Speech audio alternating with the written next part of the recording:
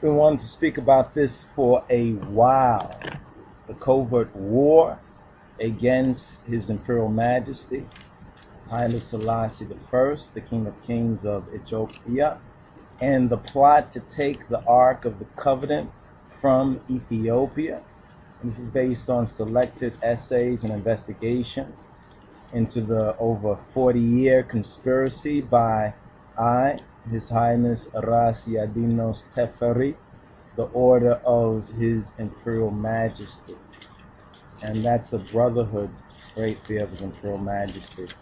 There is a real, well, there's different levels of the brotherhood that still exist in the world.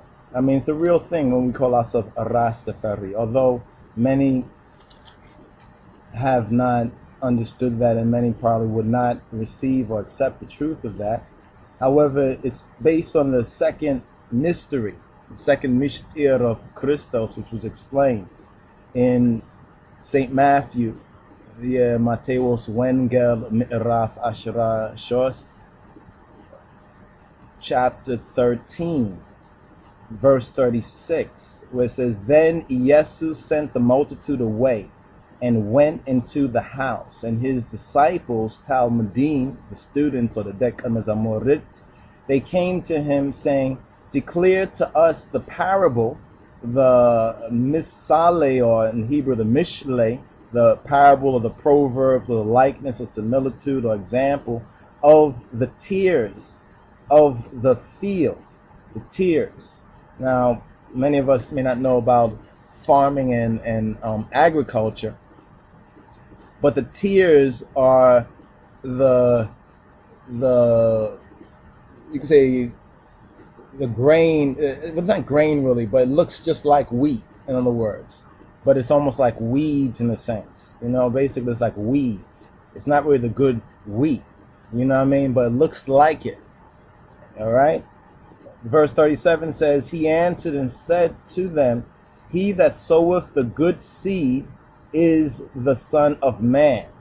Now, the good seed, you got to recognize that in this particular chapter, as well as in the Bible, there are certain things that are literal, or certain things that have a literal level, and there are certain things that have a allegorical level or a metaphysical level.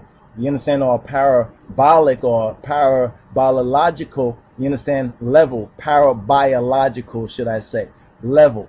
You understand? Verse 38 says, "The field is the world." So the field is the inhabited, so-called civilized world that's a part of this world system. The good seed are the children of the kingdom. The good seed, you understand, are the children of the kingdom. Now, the good seed also, as we go through the parables, we'll find the good seed can also manifest it as the word. You understand? And that word now become flesh in the children who partake once again in that relationship with the Father, with the Abba. So they become the sons and the daughters of Elohim, or the sons and daughters of God. You understand? So to the men and people, they are like gods. You understand? But before them, there's no other God but the Ahadu. You understand? Or the Ahadahu. You understand? Now it goes on to say that the good seed are the children of the Mengish, or the government, the Malkut, but the tears, which are like the weeds, the Inkardat, are the children of the wicked one, or the evil one.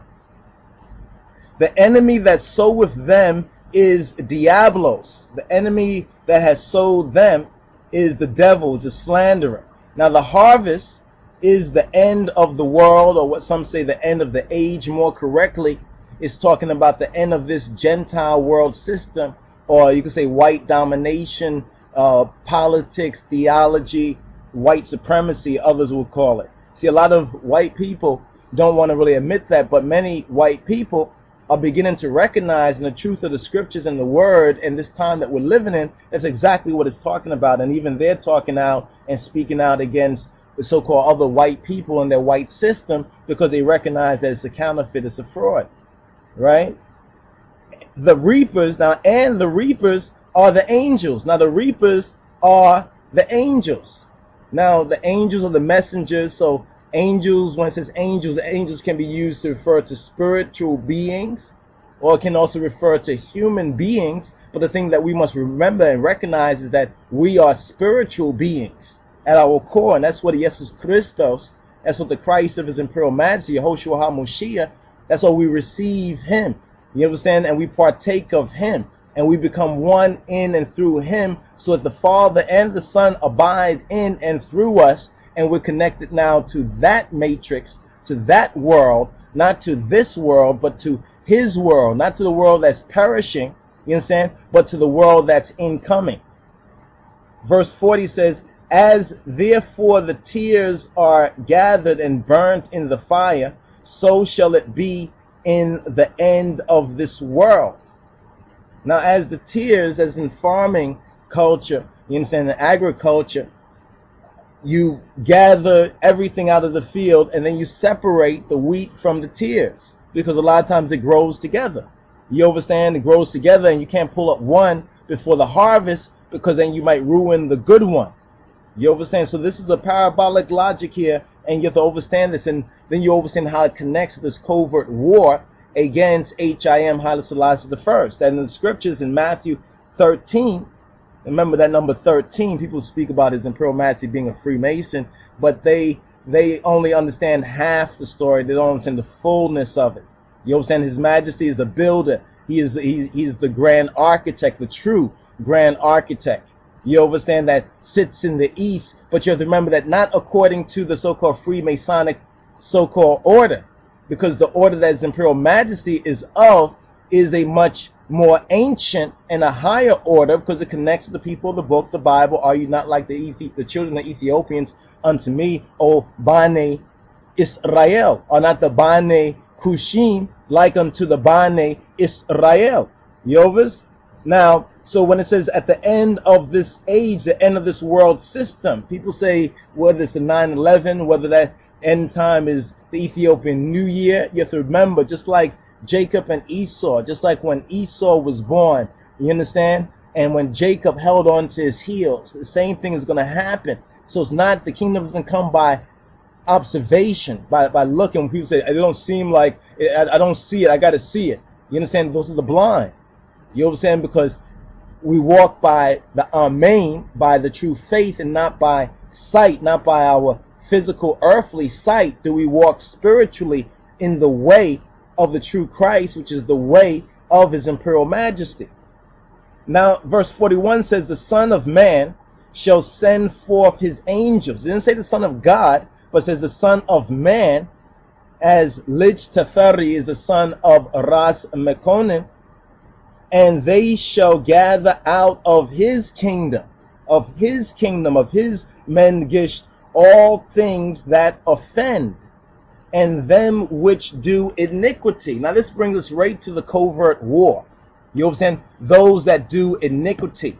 If you were to study this word, whether you study it in the Hebrew, the Aramaic, or you study it in the Koine Greek, or you study it in the Ethiopic, or you study it in the Royal Amarinya, one thing you will recognize that the word iniquity deals with rebellion. So when you look at what happened in Ethiopia, and when you know the true story of the warfare that happened in heaven, or some say that was prophesied in heaven, when Iblis and Satan, known formerly as Lucifer, when he rebelled and fought, you understand, against the Almighty by fighting the Almighty's command to bow to Adam, you understand, to bow to that Son of God, which becometh the Son of Man, because when we say Son of Man, we're saying actually in Hebrew, Son of Adam. You understand? Son of Ha-Adam. Yovas. So that Son of Man, that's who Iblis or Lucifer did not want to bow to. And that's who the so-called Freemasons, because the Freemasons, you have to recognize that 1776 and even a little prior before that, that's the European, the York Rite and the Scottish Rite. His Imperial Majesty is not of the York Rite. His Imperial Majesty is not of the so-called Scottish Rite. Yes, they gave him props and accolades, of course, because they were caught. You understand? His Imperial Majesty had caught them by surprise and caught them suddenly. and manifested on them. That's why you see in the pictures, all of them, these big high leaders bowing to this 5'4" tall man from Ethiopia, who happens to be the Lion of the tribe of Judah, the King of Kings of Ethiopia, the elect of God, upon the throne of David, and all of them are bowing. But now black peoples, many of them were blinded. They didn't see this. They didn't recognize this. They turned their backs to it. The so-called civil rights and the Negro Uncle Tom leaders, they turned their backs to it. So that's one level of the covert warfare against the Beta Israel, against the lost sheep of the house of Israel. That's one level of it. Now we have a next level that went on in Ethiopia. Remember this, it's like the Kennedy assassination. They shot Kennedy from 3 separate vantage points. It was known